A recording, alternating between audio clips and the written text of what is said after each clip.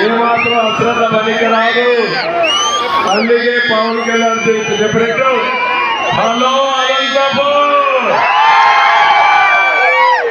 Bye bye YCP, hello AP, bye bye Jagan, hello AP, hello AP. నమ్మకమేనా? రోషం వచ్చిందా?